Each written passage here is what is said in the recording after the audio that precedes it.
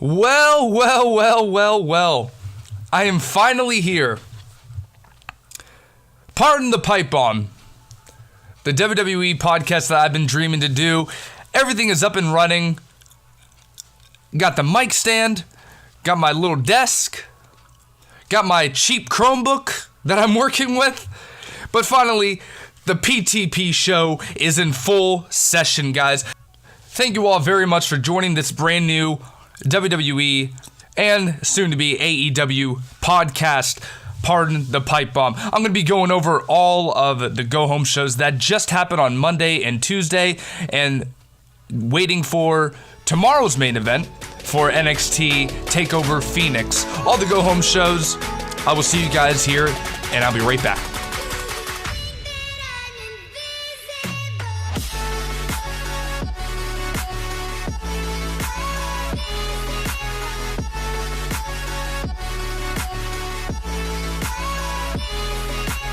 I must say that I really do enjoy this Blue Yeti.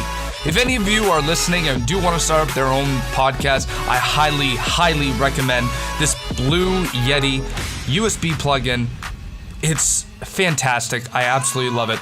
But let's get out to business, guys. Usually how I'm going to start out this show and usually every other show, I'm going to be trying to do it on Thursday or Friday. I was going to be doing my very first podcast on Thursday, but let's just say, do not, and I'm going to give this advice to everyone, do fucking not eat sugar-free anything.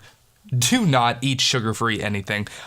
I made the mistake last night and eating sugar-free gummy bears. Let's just say that I was in the bathroom for the foreseeable future, and it is now Friday, 3:27 p.m., and I'm now just feeling better. It was excruciating, but you guys don't want to hear that shit. I wouldn't want to hear that shit either. No pun intended. Hey-o. All right, anyways, like I said, I'm going to start out this show today. I'm just going to go in chronological order from Monday, Tuesday, Wednesday, and just get a few rumors going on. I'm going to be doing a few highlight points for every show. I'm not going to go into every single match, every single detail, because let's just quite face it, the shows are fucking awful, and there's no reason to go into full detail for it. But no, let's start out this show with Monday Night Raw. And I'll give Monday Night Raw this. I will applaud you guys and WWE creativity. I will give you the benefit of the doubt that you did not end the show with your typical everyone coming in the back locker room trying to prove that they're the number one winner for the WWE Royal Rumble. Both Raw and SmackDown, for that matter. The shows were, I wouldn't say different, but it's heading in the right direction. Now, people are still going to say that there's no change. Yeah, no, you are right. There is no change. But they are saying change because of one reason, and that is because of AEW. They are absolutely scared as shit of AEW, and honestly, no one is stopping AEW. Everyone is wanting to go to AEW. Who was it? The Revival. They wanted to get their, and they demanded their release. From what I'm hearing from like reports, they're not getting that release. That's why they're probably most likely going to be getting a push. If you do follow WWE on Instagram, they do in fact show 2019 top underdogs that are top breakout stars, top breakout stars that are going to be happening in 2019, and they in fact have, who was it? The Revival. They had the Revival. I think Kurt Hawkins was on there. Just stupid people that have no business on being on that list. The Revival, though, they do. All right, guys, let's kick things off of here for this podcast. Let's start with the opening show for Monday Night Raw. Well, ladies and gentlemen, here comes your spoiler alert for this edition of Monday Night Raw. Even miracles fear Brock Lesnar.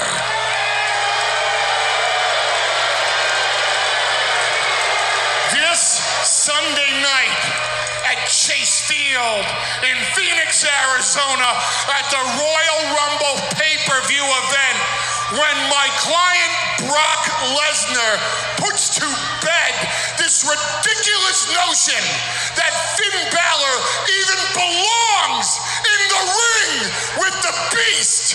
It will be Finn Balor on his back, looking up and saying, "Oh my God, I believe in Brock Lesnar."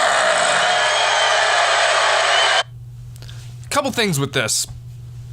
One, Paul Heyman is still, without a doubt, the best promo guy in all of WWE.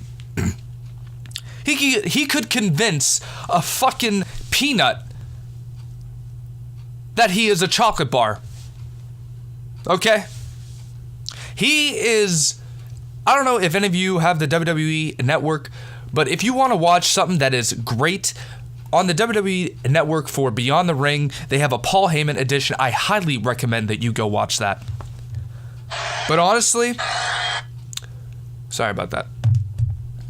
Paul Heyman is, without a doubt, the best promo guy on the business. That's one thing that I took away from this. The other thing, Finn Balor, the Demon, is not going to show up for Royal Rumble. What I'm going to play for you next is the reason why I believe in that. Because if the Demon King was going to be coming to Royal Rumble, they would have planted that seed last Monday. They didn't. Or they could go for the route and just shock everybody on having the Demon King out. But there's been already a bunch of reports saying that Finn Balor said the Demon King is not going to be attending. Somewhere, I know I've read it somewhere. Unfortunately, the Demon King is not going to be there.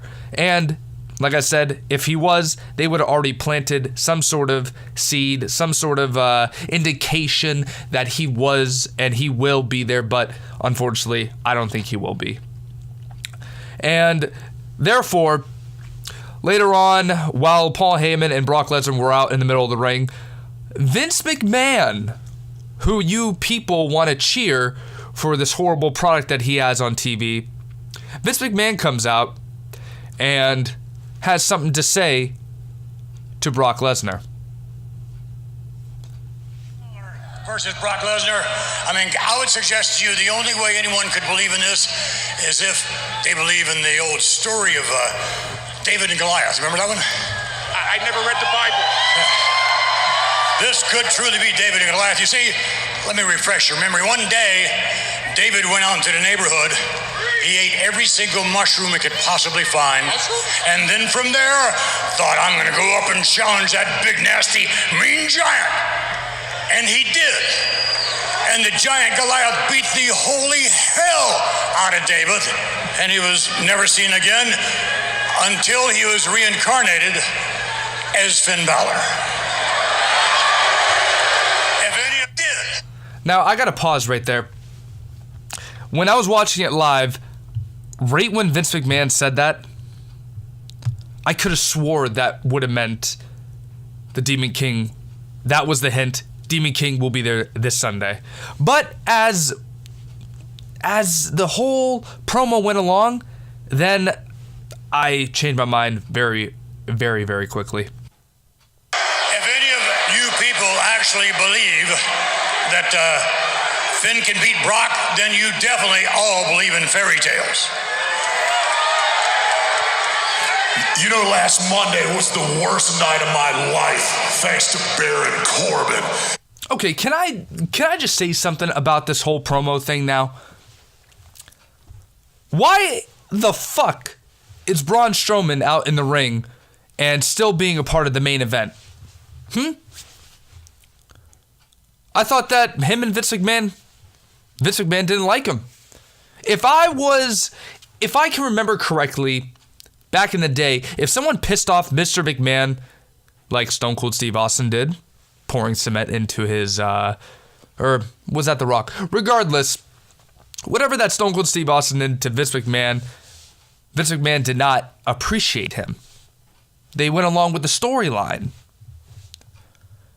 And last week, Vince McMahon stripped Braun Strowman from the Universal Championship picture. Now, this week, an hour before Monday Night Raw even started, there was reports saying that Braun Strowman was cleared to wrestle.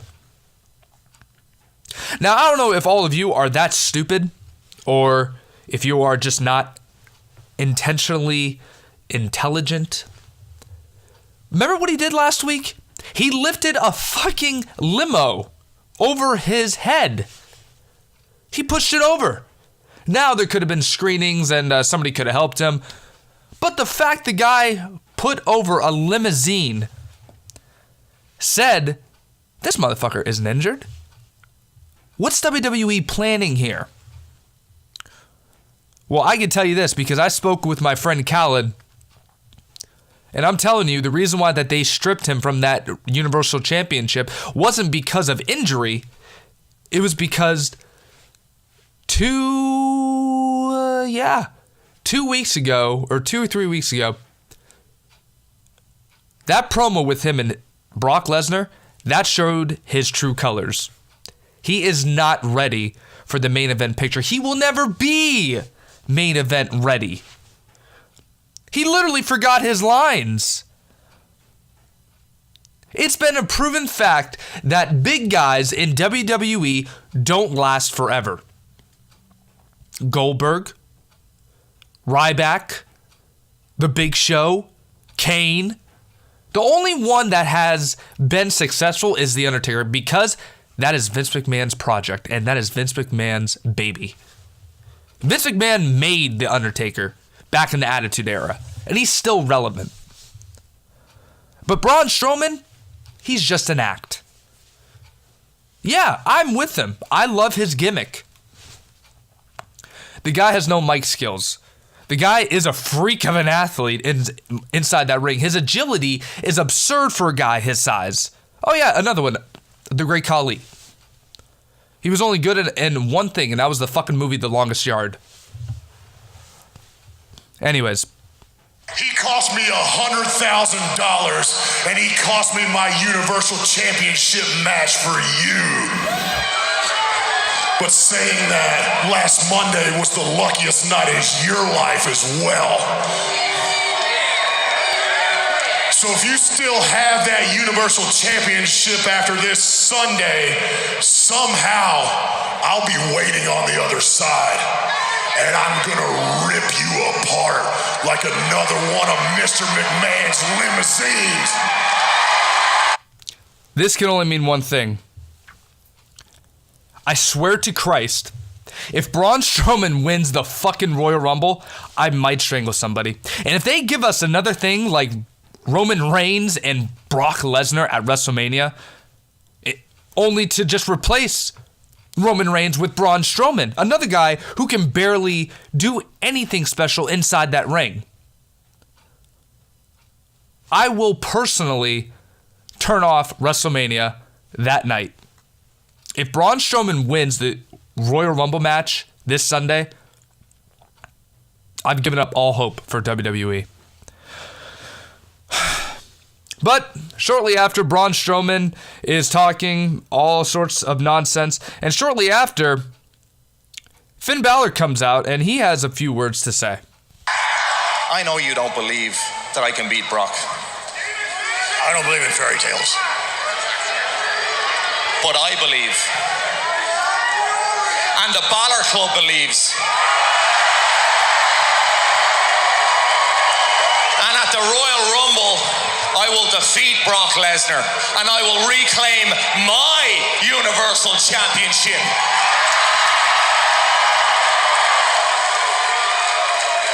Oh, Finn, I know I could have beat Brock Lesnar. I don't know if you can, but you damn well better.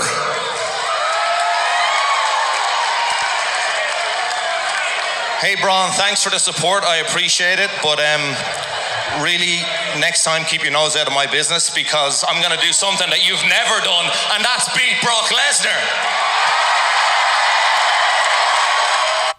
Now, there's been multiple reports out there that, well, rumors actually, that Finn Balor was requested by Brock Lesnar. Brock Lesnar wants to fight with Finn Balor, and I think that's why that they're giving him this push. They're also giving Finn Balor this push because, no, we want you to stay in WWE. Don't go to AEW. See, look, we're going to push you. See, look what we're doing. We're giving you an opportunity. When really, they're not going to give him shit because later on Royal Rumble, my heart is a big Finn Balor fan, but my brain knows they're never going to give it to Finn Balor. Especially if Demon King isn't going to be there. If Demon King shows up, game changer. Game fucking changer. All bets off. If the Demon King does show up and in a surprising fashion, maybe this is WWE's way to keep it under the rug until 5 minutes before the match. If this is their way of doing it, then I'll applaud them. But if Finn Balor just comes out his popping collar, smiley Finn, like, underwear guy, I don't even know what the fuck to call him. That's not the Finn Balor that I know. I like the Finn Balor from NXT. That's the guy who I fell in love with. Basically, though, Finn Balor is going on about David and Goliath to Vince McMahon, saying that he rose from the ashes and he kicked the living shit out of Goliath. Whatever.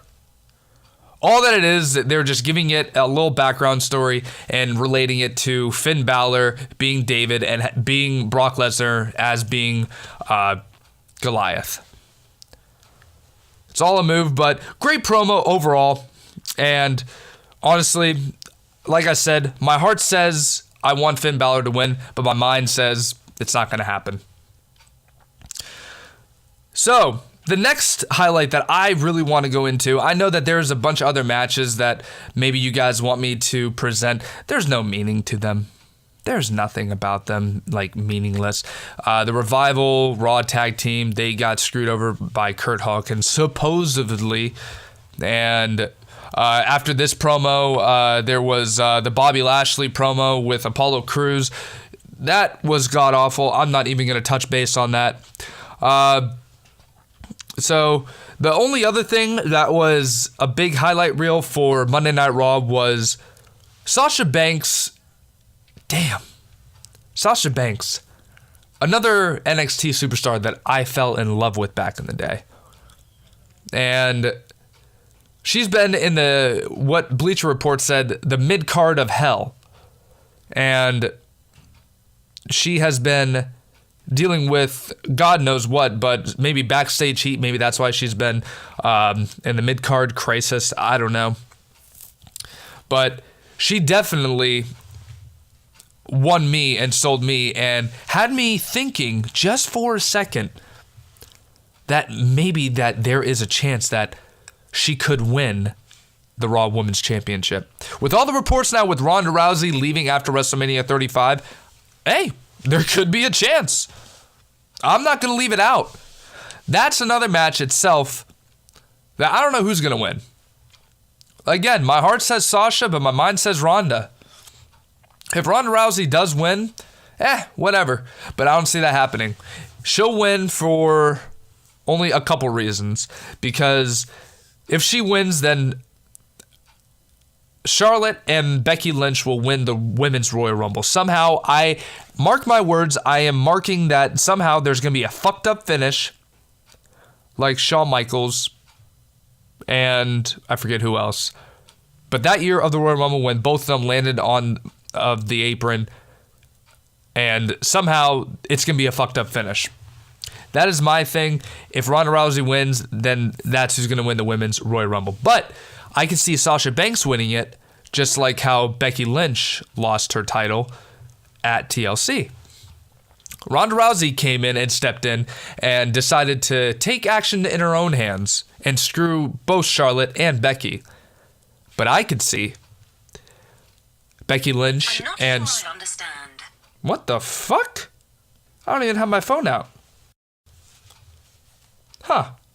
That was weird. All right, well, where was I? Oh, yes. I have a funny feeling that Becky Lynch and Charlotte Flair are going to come out and help Sasha Banks win it. Just the fact of screwing over Ronda Rousey. If that's the case, then I don't know what the fuck is going to happen. Like, so many opportunities are going to be coming out of the Royal Rumble. The reason why WWE isn't as popular as it is because everything is so predictable now. This is what I love about the Royal Rumble. It's just the unpredictability of the whole event is so sweet. That's why it is my favorite event. The surprising superstars and what could happen. It's kind of like Money in the Bank. Whoever wins a title during that night and could mean whoever could win the Money in the Bank briefcase. It's so unpredictable. I love it. But like I said, Sasha and Ronda, I think that is going to steal the show, potentially steal the show. And Sasha Banks is becoming that badass bitch that everyone loved. But more on that later. For that match, I just wanted to throw that out there because they had a little segment with, I forget who. But that is my opinion on it. But another thing that I do want to touch base on until I go and review on SmackDown, the whole who's going to win the Royal Rumble thing. And with Seth Rollins and Drew McIntyre, man, why the living hell would you give away a free match on Monday Night Raw between Seth Rollins and Drew McIntyre? I'm not going to say that it sucked. The ending sucked, but the match was fantastic. I loved everything about that match. But before the match even happened, I know that Seth Rollins came out and had a few words to say. One thing that I saw today, one quote that I saw really stuck with me. Dr. King said, "The ultimate measure of a man is not where he stands during times of comfort and convenience, but where he stands during times of challenge and controversy."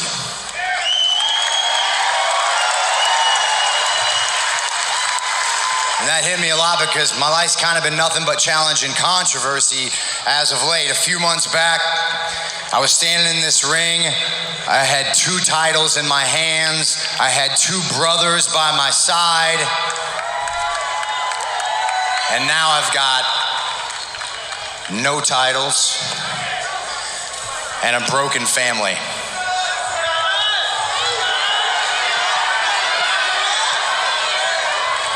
But in life, we can't focus on the things we don't have. We've got to focus on the things that we do have. And what I do have is the same thing I've always had. My first love, my last love, this.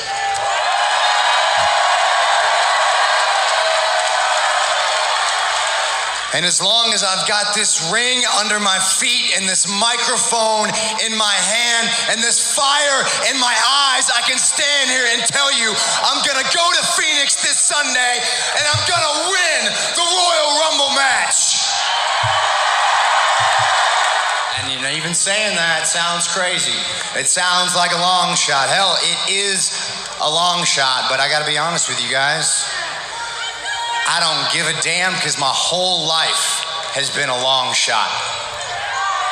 I'm not your stereotypical WWE superstar. Like, this wasn't meant for me. I'm not as big as Drew McIntyre. I'm not as powerful as Bobby Lashley. That's not me.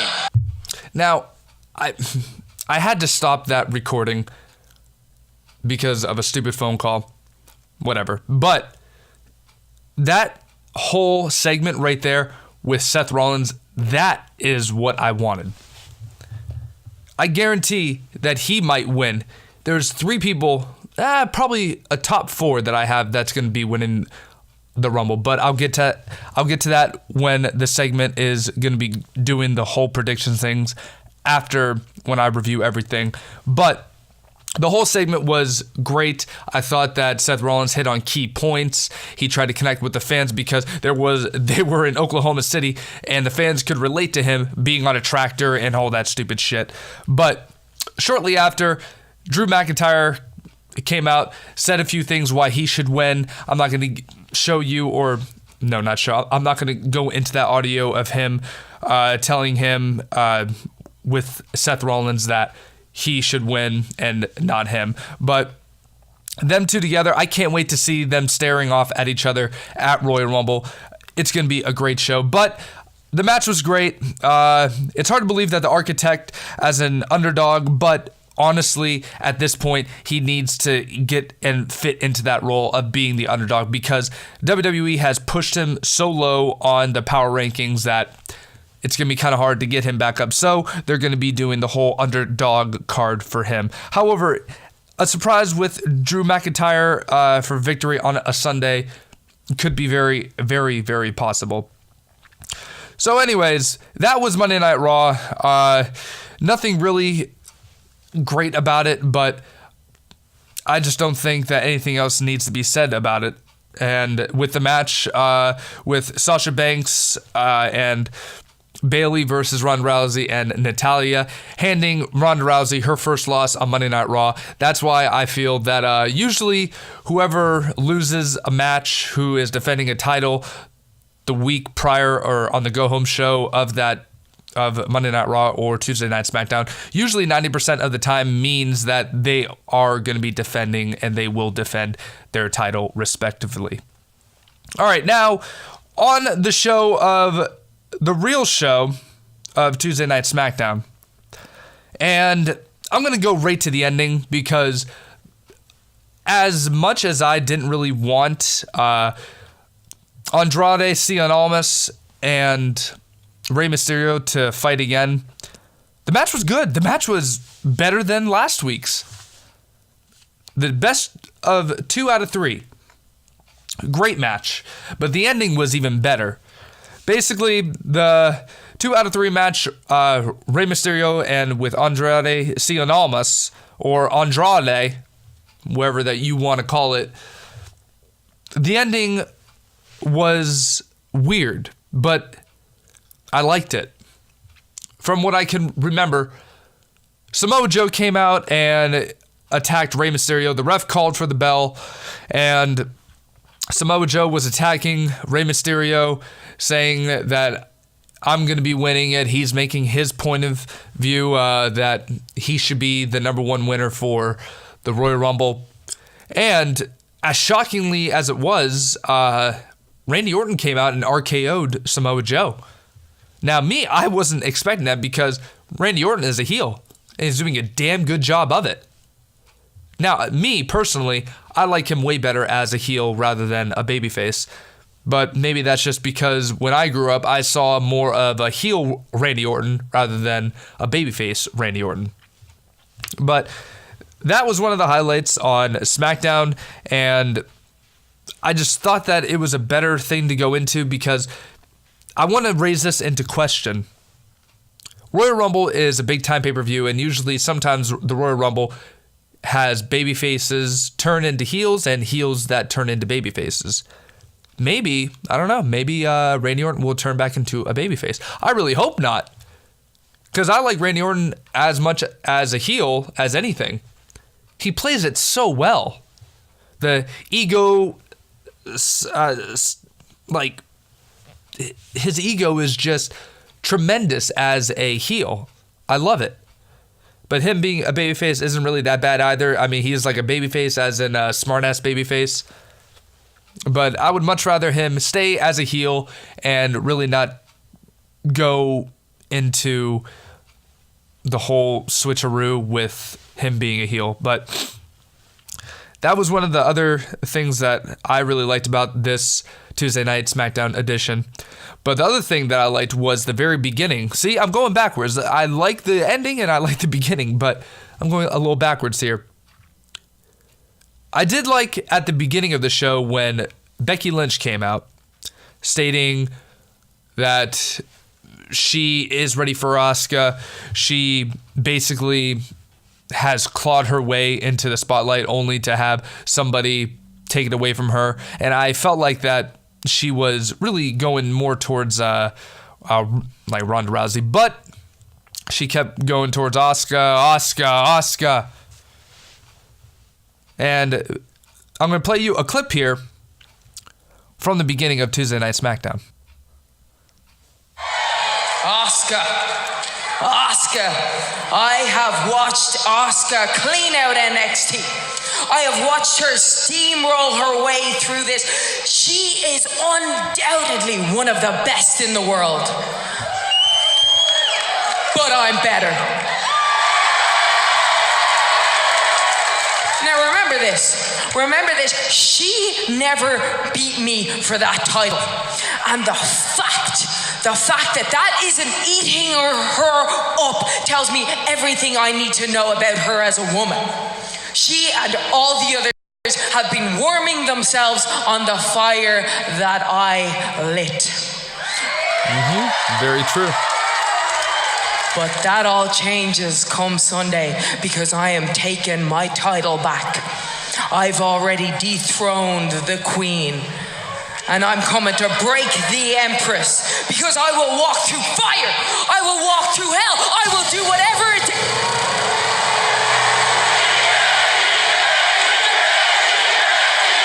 Fans are still cheering for Becky. I love it. Hold on a minute. Ladies, as much as I'm enjoying Now Charlotte this comes out to and stir the fire up. excited for your match this Sunday, nothing is going to be more exciting than when I toss 29 women over that top rope and win the Women's Royal Rumble. And then the choices. You've got Sasha versus Ronda, who Sasha I've beaten so many times I've lost count. And then Ronda, who I beat the holy hell out of. And I'm pretty sure still has bruises from Ken. Yeah, kendo stick. You know exactly what I meant, Becky. And then you've got Asuka versus Becky. Asuka, last year at WrestleMania on the grandest stage, I broke your undefeated streak. Yeah, that was me. And then Bex, the man, who may have owned me the last few months, but let me make one thing straight. I have owned this division the last 4 years. And I am the main event. Asuka from behind, attacking Becky Lynch. Asuka not wasting any time going after her opponent at the Royal Rumble event. I think maybe Asuka got tired of Becky and Charlotte casting down. Now, with this segment, I took away one thing. Becky is going to be losing. And here's why. Like I said earlier, if Ronda Rousey beats Sasha Banks, Becky will land her role in the Royal Rumble. They already planted the seeds for that one. I'll give them that. When WWE Twitter account was naming out the participants that will be participating in the WWE Women's Royal Rumble. And right when they were done doing it, they didn't name Becky Lynch. And she went on Twitter, and I don't care what anyone says, WWE monetizes everything that all these superstars are putting on Twitter. They knew that she was going to put that on Twitter. She's not going behind WWE's back. It's all about the plan. They're playing this perfectly. I hope that they are. One can only hope. But she said something beyond the lines, wow. Thanks for the invite, basically. And if that's the case, her and Charlotte are going to be winning. My buddy Callan, he's telling me that Charlotte is going to be winning it. Becky will find her way in. Or no, I'm sorry. I got that mixed up. Becky will win, and Charlotte will face Asuka at WrestleMania 35 to get everything all full circle. I don't care what he says. Callan, I'm talking to you. The fact that Charlotte is still bringing up Ronda Rousey and how badly she beat the holy hell out of with Ken, which is ridiculous. But I still think that Charlotte will find her way into it because she was, in fact, guaranteed. She was told by WWE officials that she will be main eventing WrestleMania, and there will be, for the first time in history, that a women's championship match will main event WrestleMania. And she was promised that. And I'm telling you right now, they will find a way for Charlotte to get into that match. Becky Lynch will win the Royal Rumble. She'll lose against Asuka, and she will be in the Royal Rumble and win it. And that crowd will go crazy because it's been Royal Rumble tradition. If you're in a WWE Championship match or a Women's Championship match, you should not be in the Royal Rumble because you had your chance that night. Same thing goes for AJ Styles and Daniel Bryan. Whoever wins or loses that match, none of them participants should be participating in the Royal Rumble.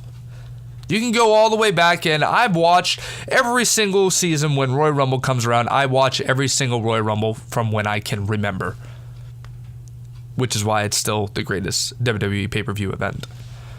Anyways, after when that happened, Becky Lynch and Asuka were fighting, and then they went in the back and were continuing to fight, and Charlotte had a little smirk on her face, and she wanted that to happen, basically. She's getting underneath the skin of both of the opponents, and it was a nice move, a nice change of pace, and it's a nice thing to see, let's just say that. And basically, like I said, Charlotte just came out just to feed the fire. And the one thing that I can't get over Charlotte and Becky Lynch came out with the character as a Stone Cold Steve Austin-like character, a badass, someone who doesn't give a shit. And the crowd, the WWE Universe, rejected a heel Becky Lynch. When they tried to do that whole thing and she came out not speaking, all of us still cheered for her, just like Stone Cold Steve Austin. And now they want to do the same thing with Charlotte Flair. Right now, WWE is, I guess you can say that they are on cruise control. They're just going through the motions with Becky Lynch, and they're just riding along with whatever Becky Lynch is doing. And they're having Charlotte do the same exact thing. Charlotte is trying to be as much as a badass to mirror like Becky Lynch. And they're just being lazy with this whole thing with Becky Lynch and Charlotte. They're just waiting for the right time to strike the iron. I can feel it. But that was that with the segment between Asuka and Becky Lynch. I think that's going to be a great match. I don't think it's going to be the same hype as Ronda Rousey and Sasha Banks for the Raw Women's Championship, but I still think that it's going to be pretty much up there. And the next thing that I do want to go into is WWE with, who was it? Oh, yes. Samoa Joe and Mustafa Ali, which when I watched him in 205 Live, and he is, man, is he fun to watch. And I heard him on Chris Jericho's podcast. He was interviewing Mustafa Ali, and just hearing the background and hearing where he was coming from, and since he's his background is Muslim, wherever that he went and anywhere in the Indies, they wanted him to be a bad guy, someone who hated America, when really the guy was born and raised in America, in Chicago, and he didn't really understand why he just had to be that heel guy. And he had to be somebody like a character name like Mustafa Ali. And he didn't want to have that as a character, but he had no choice, or he was going to wear a like a Lucha Underground type of a superstar, like a Rey Mysterio type of figure. And he went with Prince Ali or Prince Mustafa or something like that. But I'm getting off track. Regardless, the point is, when I listened to him on Chris Jericho's podcast, I really became a huge fan of Mustafa Ali. And WWE is beginning a new underdog theme with Mustafa Ali. He has the potential of being the wild card for the Royal Rumble. He might not win it, but he will be the wild card. Mark my words, that is my prediction. He will be the wild card for the WWE Royal Rumble of 2019.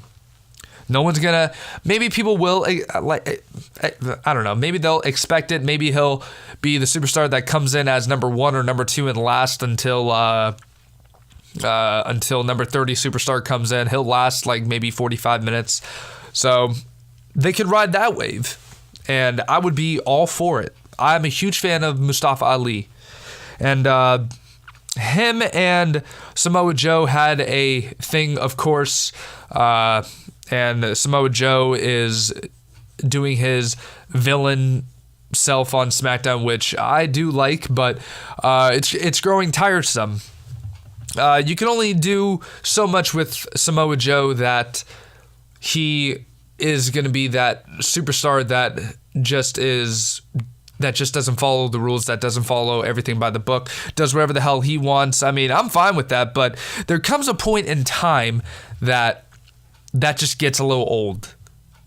Just like how I said last week when they had Andrade versus Rey Mysterio, and then they did it again. But hey, I was wrong. They really did outdid themselves from last week with the best 2 out of 3 match. I don't know what's next. The SmackDown Tag Team Championships with Shane McMahon and The Miz. This match was a little, I don't want to say stupid, but do I really care if Shane McMahon and The Miz win the SmackDown Live Tag Team Championships? No, I don't. But the new character that The Miz is holding, he's like a neutral superstar, not a babyface, not a heel. He really hasn't come into that picture, but I think WWE, unfortunately, is leaning towards The Miz on being a babyface. I'm not going to be a fan of it, but I know some people will. I think he plays the heel great, and I just don't think that him being a babyface is the smart move. Or what they could do do what they were going to be planning on doing with Shane McMahon and having him be a heel. Maybe they're just going a different route with that, like they did with Crown Jewel, and they just canceled everything with that. Maybe they will turn him heel, but who knows? Basically, the McMahon Miz team still does nothing for for anything, for like any hype for the match, but they claim to be the best in the world, as they claim for months. The bar looks dangerous, and they have been, and they look focused more than ever, rather than playing with their jokes of, we don't set the bar, we are the bar, like that they would do last week. But this once felt like pushed, but now after the bar beating up The Miz and the McMahon, it feels a little bit more of a reason to watch the match rather than the Raw Tag Team Championships. I don't even know what the hell they're doing for the Raw Tag Team Championships. I'm not following that. If the Revival aren't the champions, I really don't care, because right now, who are the champions? Oh yeah, Bobby Roode and Chad Gable. I don't think that there's anything, any excitement like coming out of that. But I mean, hey, who knows? Maybe maybe Shane will do something dramatically. Maybe he will turn heel and embrace the role with The Miz. But hey, only time will tell. My favorite segment that I really want to get into is I'll say this, and then sorry, I'm dealing with like this whatever that I have, flu, swine, whatever that you want to call it. But I'll go into this segment, and then I'll jump into my predictions for Royal Rumble, and then I'll sign off for you guys. All right. The biggest promo that I want to get into is the McMahon, AJ Styles, and Daniel Bryan face-to-face. I loved every single second of this promo. You know why? Daniel Bryan is a genius. I love his new heel character. From what I'm reading, like on any kind of site, is that when anyone interviews him, he just stays in character. I love that. I mean, it's really hard nowadays with social media, with Twitter, Instagram, Facebook, anything. It's really hard for these wrestlers to stay out of character and to have a normal life. But Daniel Bryan just plays it perfectly. But I'm going to show you... No, I keep saying show. You guys can't see shit. But I'm going to give you guys some audio here on what Daniel Bryan did say. And it wasn't more so the... He was in character, but I had a funny feeling that this was answering any kind of controversial thing that's been going on Twitter that people like me and people like you are saying on Twitter that really kind of channeled into Daniel Bryan. Vince, of course you don't want to listen to this, because you and the entire baby boomer generation are the great parasites of this world.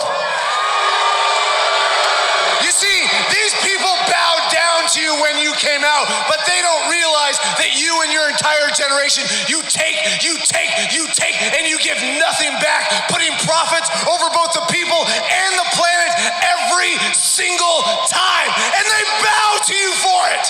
They bow to you for it. It's like you pulled this incredible magic trick, this illusion, while you've concealed from them all the economic and environmental debt that you've created, and they've become satisfied with trading Instagram likes and Facebook messages and social media stuff. All while you're in the back hoarding all the wealth, hoarding all the power, and they ignore it because they're distracted.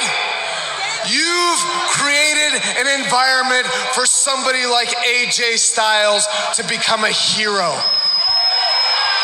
where his brand of ignorance and impotence is the perfect... Damn it, I'm not gonna tell you again. Get in the ring.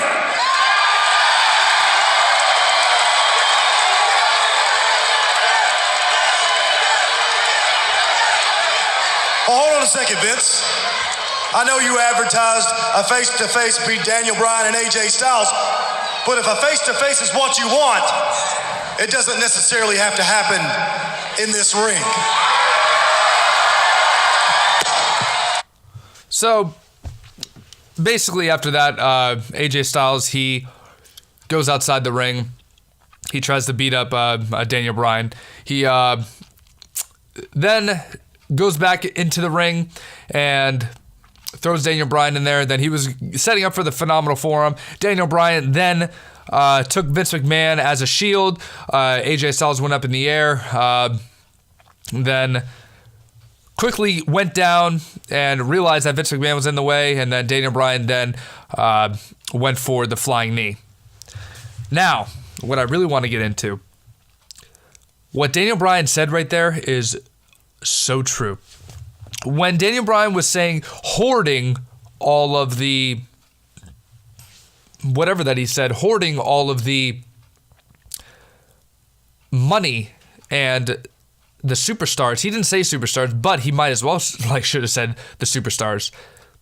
Vince McMahon doesn't realize the talent that he has, so Daniel Bryan was the one to say all those things without even having to say them at all. People like me, people like you who actually pay attention to shit like that is why I love Daniel Bryan. Maybe it was a part of the segment. It probably was, but it was brilliant. I loved every second of it. It showed a little realism to it, and it showed a little hope. But I loved every second of it. I still think that Daniel Bryan is going to win and retain the title. AJ Styles, rumors are that his contract is still up. It's ending in April, and they don't know if he's going to sign. People are saying that he's going to sign with AEW. I highly doubt that. AJ Styles is 41. He wants to be with his family. He's put in a lot of time for WWE and being a champion for about over a year, and he's done a lot of things that he never really thought that he was going to be doing, and he probably just wants to go back with his family. unless if he can get a schedule like Randy Orton, that's what I'm hearing. He wants to have a lighter schedule for the contract, and hopefully that would be in favor for him, and hopefully like him, Vince McMahon, Triple H, they can come to some sort of agreement, because I'm not ready to see AJ Styles leave. He's still one of the best in all of the business, and I still think that he has a couple more years left in him. But if the man wants to be with his family, let him be with his family. That's just what I say. Now, I know I said I was going to go into NXT for the highlights, but I am cutting it really, really, really close. This is my first podcast. I'm not used to the timing. There's a lot of money that goes into this, and I don't have that much storage for over an hour. I'm getting to, let's see here. I'm getting to 50 minutes, and I know that if I do the NXT highlights show, I'm just going to not be inside the hour mark. But I will then, in fact, probably do a whole other show tomorrow for a prediction for Saturday night's NXT TakeOver prediction card. But with that being said, I will then go into the prediction card for the WWE Royal Rumble match. And to start off with first, these aren't in any particular order. I'm just going off of off-brain. Let's start off with the men's Royal Rumble. Obviously, the two contenders that are probably going to be a good prediction and a good odd favor is either Drew McIntyre or Seth Rollins. The promo that they did is iconic. No, not really iconic, but it was a good seed planting for the match that's going to be coming up this Sunday. Either those two, I could see Samoa Joe possibly winning it. I could see Randy Orton possibly winning it. Again, because when they went off of air on Tuesday Night SmackDown, they were saying, could he be a 3-time WWE Royal Rumble winner like Stone Cold Steve Austin? But like I said, I don't know what's going to happen. I think it's going to come down to Seth Rollins and Drew McIntyre, because the original plans at first was Seth Rollins was going to be facing Brock Lesnar at Royal Rumble, not Royal Rumble, at WrestleMania 35. But honestly, I still don't really, I don't really know who would possibly win it. The other one that I could see winning it, unfortunately, is Braun Strowman. Like the promo that he did when at the beginning of Monday Night Raw, him still being in the Universal Championship picture, I'm not liking it a whole lot, but you know, who knows? Braun Strowman, he could possibly win it. I could definitely see Andrade Cien Almas. I could see Mustafa Ali. Hell, I could see Elias maybe possibly getting a little spark in his character. But those are my predictions for the men's side. Let's go jump on to the women's side. I do have Charlotte as my number one favorite, and I also do have Becky Lynch as my second favorite. But also another one who is surprisingly going to be in the women's Royal Rumble is Alexa Bliss. Now, I don't like her at all. I think that she's a horrible superstar in the ring, but on the mic she is fantastic. But Callan, I know he's listening. I know he loves Alexa Bliss, but so does every WWE producer. They love blondies. Just look at Mandy Rose. She's getting a big push solely because of that. I'm not saying just because of her looks, but I am saying that she does have a few strings pulled back there for her. So I could definitely see her winning the Women's Royal Rumble. And another one that might surprise you people, I do have Ronda Rousey as winning the Royal Rumble. Now, I'm going to say my reasoning here. Like I said, Sasha Banks, she could win it and have Becky Lynch and Charlotte come out and screw her and have Sasha Banks win the championship and possibly have Ronda Rousey win the Royal Rumble and if Becky Lynch wins it, then see, like, this is why I love the Royal Rumble. There's so many possibilities, but if Becky Lynch wins the SmackDown's Women's Championship, then Ronda Rousey can get her hands back onto Becky Lynch, and then Charlotte will find her way back into that feud, making it a triple threat match. At the very end of the day, the main event for WrestleMania 35 will be a triple threat match between Ronda Rousey, Charlotte, and Becky Lynch. Mark my words. But, and let's see here. For the WWE Championship, I have, who did I say? I have Daniel Bryan winning it because it's an easy fix. I really believe that Daniel Bryan will, in fact, keep the title solely because AJ Styles still doesn't have a contract, but the feud that them two are having is impeccable. They're both doing a very good job. I do like the feud. At first, I didn't like it. I didn't understand it, but now I'm starting to really grow on that idea. Let's see here.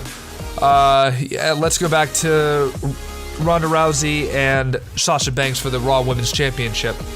I have, surprisingly, I think, like I said at the beginning of this very podcast, my heart says Sasha Banks, but my mind says Ronda Rousey. I really, truly think that Ronda Rousey is going to keep the title.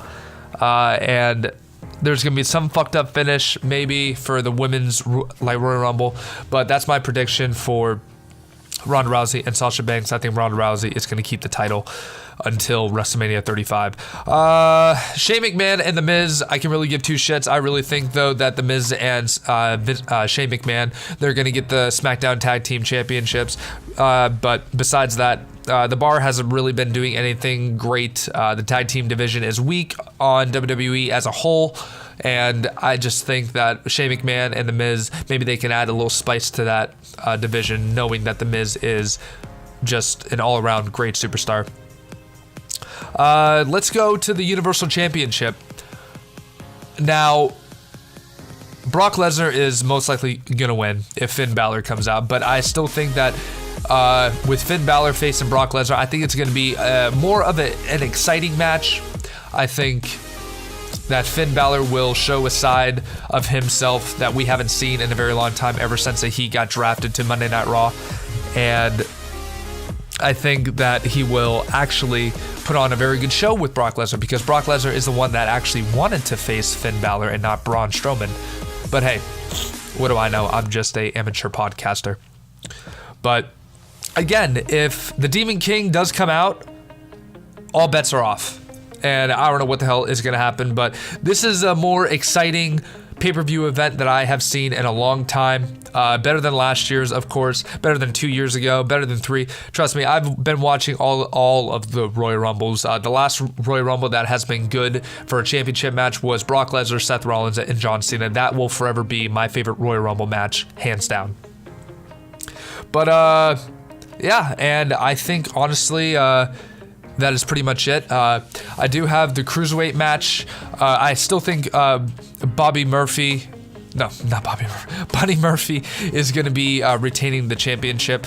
There's no question about it. He is the face of 205 Live right now. He's doing a great job. No need to fix what is not broken. And that's pretty much it, guys. That is my predictions for WWE Royal Rumble. If you did like my first ever podcast, I know it was probably a little jumpy, if you will. But if you did like it, please leave me, even if it's 5 stars, it could be a negative review. As long as it's a 5-star, please leave a negative 5-star review. I'm going to try to put this on YouTube. If it is on YouTube, I'm just going to say it anyway. If you like what you heard, please leave a thumbs up on my channel. The link will be in the description if you want to follow me on Twitter as well. Thank you guys so very much for joining me on my very first podcast. And possibly I will see you guys on Saturday, January 26th, 2019 for a prediction for WWE NXT TakeOver Phoenix. Again, this is the PTP show, Pardon the Pipe Bomb. Thank you very much, guys, for joining me, and I'll talk to you guys later.